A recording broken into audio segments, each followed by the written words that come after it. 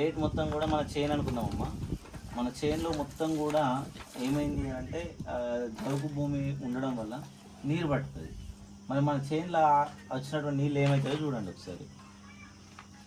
ఇప్పుడు ఎగ్జాంపుల్గా ఏంటంటే నేను దీంట్లో తీసుకున్నా, ఇప్పుడు దీంట్లో నీళ్ళు ఎంత అవుతాయి, దీని అవుతున్నాయి అనుకుందాం.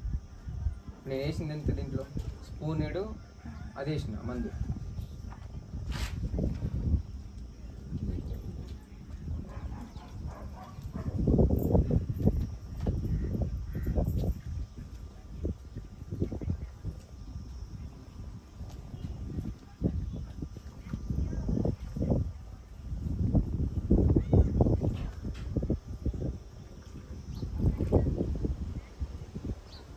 సేమ్ మనకు ఏంటంటే చేనులో వర్షం పడ్డప్పుడు ఈ మంది వేస్తే ఏం చేస్తా అంటే మొత్తం ఇట్లా పీడ్ చేసుకుంటుంది.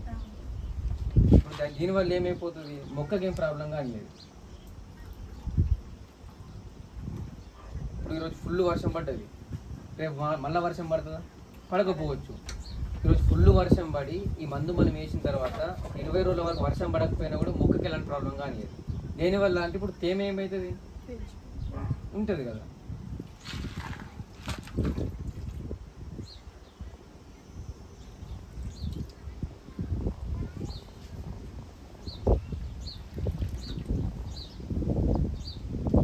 నేను వేసింది ఎంత కొంచెమే, ఇప్పుడు ఇంకొక ఇట్లాంటి 2-3 ఆపుతుంది వాటర్.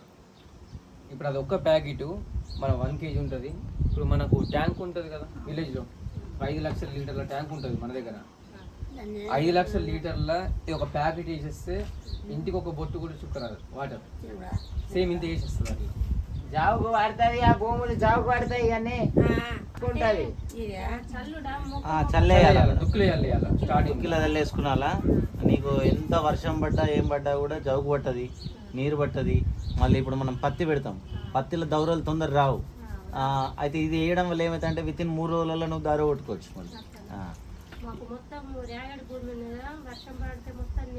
నీళ్ళు అవుతాయి.